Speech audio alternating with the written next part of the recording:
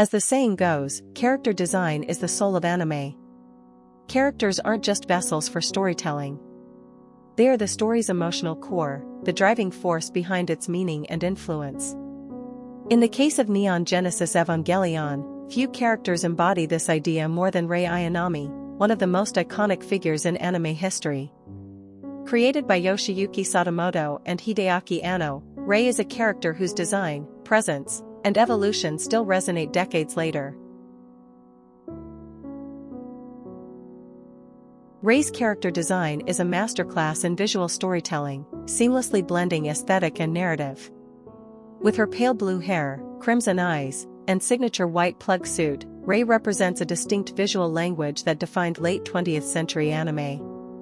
Her daily school uniform, white underwear, black socks, and white shoes, combined with the sterile white of her plug suit and bandages seen in early episodes, all help establish her otherworldly, almost clinical presence. In real life, blonde hair and blue eyes are often seen as idealized beauty.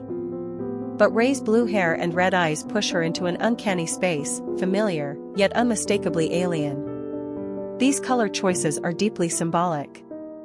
Blue often represents rationality, calm, and emptiness, mirroring Rei's reserved personality and mysterious origins.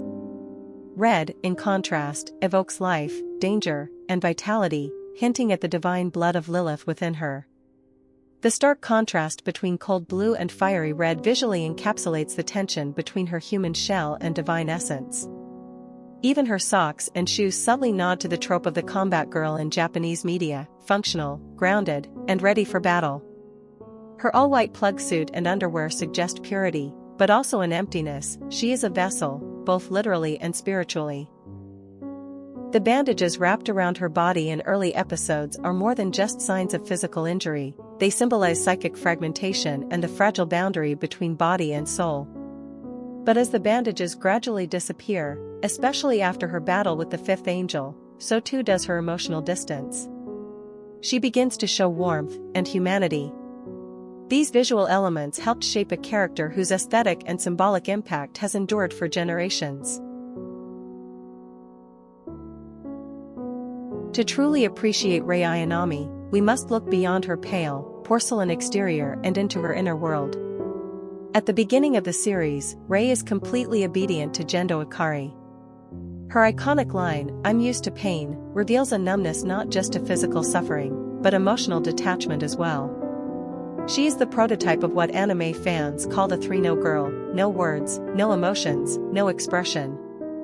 This emotional void stems from her identity as a clone, created for a purpose, not for a life. Frequent shots of her empty apartment and the pills she takes highlight her dependence on external systems, both physical and emotional.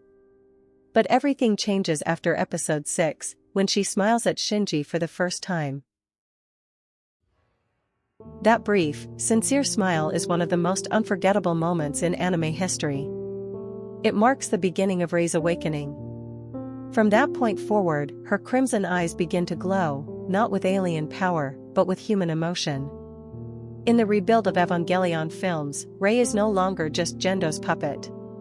She questions orders. She makes choices. She seeks connection.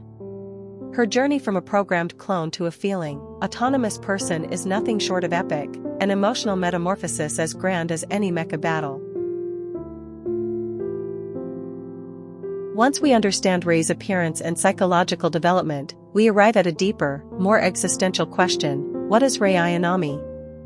She is a clone, yes. But more than that, she exists at the intersection of science and theology. Created from the body of Yui Ikari and the soul of Lilith, Rei is both divine and artificial, human and not. Her soul is recycled through multiple clones, each time erasing parts of herself. Her memories are fragmented. Her identity is discontinuous. These gaps deny her a consistent selfhood, reducing her to an interchangeable part, a tool for the human instrumentality project. Yet even within this framework, Rei resists. "I cannot survive without it," she says, referring to the purpose imposed on her. But this confession reveals an inner conflict, an emerging self-awareness, a desire for autonomy. Her final act, defying Gendo and choosing her own path, becomes not just a personal rebellion, but a metaphysical revolution. The image of a new Rei awakening in a clone tank is haunting, a moment where individuality pierces through manufactured sameness. In that moment, Rei becomes more than a character, she becomes a symbol of the human struggle for identity in a world that denies it. She is savior and sacrifice, hope and emptiness. A porcelain doll wrapped in bandages, beautiful, but always on the edge of shattering.